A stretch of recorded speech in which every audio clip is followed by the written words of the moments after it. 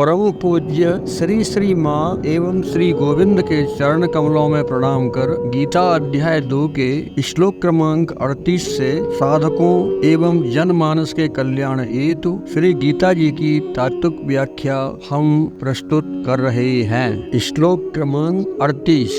सुखे दुखे समे कृत्वा लाभालाभौ जया जयौ ततो युद्धाय युज्यस्व नैवं पापमवाप्स्यसि। अब श्री भगवान अर्जुन के समक्ष एक मौलिक दृष्टिकोण प्रस्तुत कर रहे हैं कि जय पराजय, लाभ हानि और सुख दुख को समान समझकर उसके बाद युद्ध के लिए तैयार हो जा।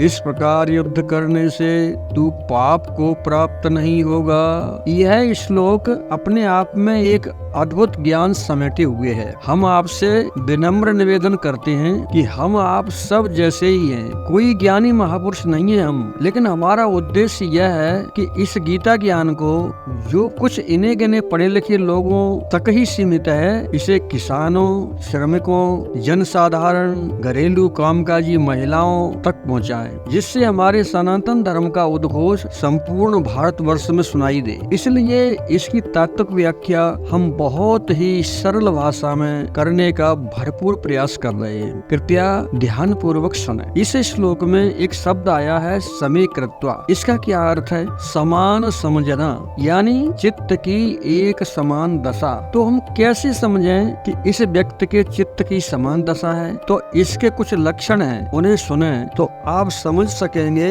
कि समान चित्त वाला व्यक्ति कैसा होता है। समान चित्त वाला व्यक्ति अहंकारी नहीं होगा, रुचि एवं अरुचि में समान होगा, प्रत्येक परिस्थिति को उदासीन बनकर देखेगा, वह अपने आप को भूला हुआ होगा। जीवन में यह सब संभव है यदि व्यक्ति अपना शरीर भाव छोड़ दे और दूसरों की सेवा में लग जाए। हमें भावुकता पूर्ण उतार चढ़ावों के अधीन हुए बिना अपने आप को सौंपे गए काम को उन परिस्थितियों में रहते हुए करना है जिनमें हमें लाकर खड़ा किया गया है। जब हमें अजर अमर अविनाशी भगवान में विश्वास हो जाता है और हम उसकी वास्तविकता को अनुभव कर लेते हैं, तब इस संसार की कोई भी पीड़ा कष्ट हमें विचलित नहीं करते। जो व्यक्ति अपने जीवन के सच्चे लक्ष्य को खोज लेता है और अपने आप को संपूर्ण रूप से उसको समर्पित कर देता है, वह महात्मा है। चाहे उससे संसार की सारी वस्तुएं छीन ली जाएं, चाहे उसे नंगा, भूखा और अकेला सड़कों पर भटकना पड़े,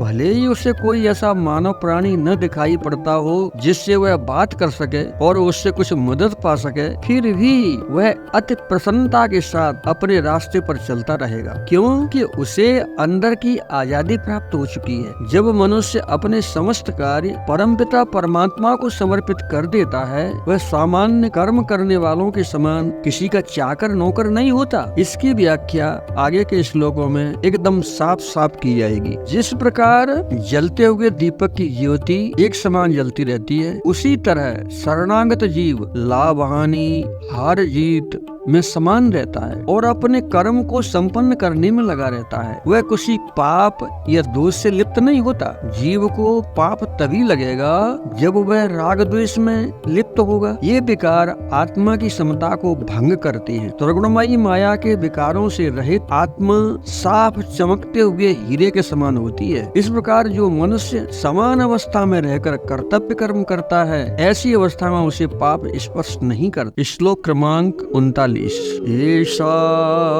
ते गीता सांख्ये बुद्धिर्योगे तुमां शृणु बुद्धिया युक्तो यया पार्थ कर्मबन्धं प्रहस्यसि।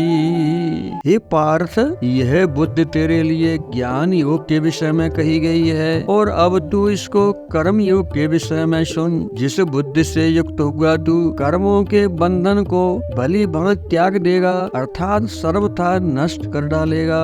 अब आप तात्विक व्याख्या श्रवण करें। अभी तक का जो ज्ञान अर्जुन को दिया गया वह सांख्य सिद्धांत के अनुसार दिया गया। सांख्य ज्ञान उसे कहते हैं जो अपरिवर्तनशील परमात्मा का बुद्ध के द्वारा ज्ञान कराए। गीता का सांख्य शास्त्र ज्ञान पर और इच्छा के त्याग पर जोर देता है और योग कर्म पर जोर देता है। जो इस बात को जानता है कि आत्मा शरीर से अलग है और वह अविनाशी है, यानी उसका किसी भी दशा में नाश नहीं होता, ऐसा व्यक्ति संसार की घटनाओं से विचलित नहीं होता। समझ को ऐसा बनाना चाहिए कि अनुकूल या प्रतिकूल घटनाओं का प्रभाव इस पर न पड़े। मन को इंद्रियों के जाल से निकाले तथा बुद्धि की शरण में इसे डाल दे, क्योंकि बुद्धि का निर्णय मन से श्रेष्ठ होता है। मन को हमेशा बुद्धि के अधीन ही रखे, इंद्रियों के अधीन नहीं। कठोपनिषद में बुद्ध को सारथी बताया गया है, जो मन एवं इंद्रियों को बस में रखने का कार्य करता है, और सबसे श्रेष्ठ काम वह बुद्धि का है कि वह मनुष्य को आत्मा के जानने लायक बनाती है। यदि बुद्धि आत्मा के चेतना से प्रकाशित होने लगे तो उसमें समता स्वतः आ जाएगी। उस समता के दर्शन के परिणाम स्वरूप मनुष्य का अहंकार और मेरे तेरे की भावना नष्ट हो जाएगी। एक ही आत्मा सबके मन बुद्धि इंद्रियों को प्रकाशित करती है। वह स्वतः प्रकाश चैतन्य है। यह सबके ऊपर शासन करने वाली शक्ति है। बुद्धि योग से श्री भगवान का आशय कर्म योग और भक्ति योग से है। संसार में कोई भी मनुष्य कर्म किए बिना नहीं रह सकता। कर्म योग का दर्शन बौद्धिक है, इसी कारण इसे बुद्धि योग कहा गया है। अब श्री गोविंद कह रहे हैं कि जिस बुद्धि से तू कर्म बंधन का नाश करेगा, उस आगे कही जाने वाली बुद्धि को तू सुन। हरि ओम तत्सत।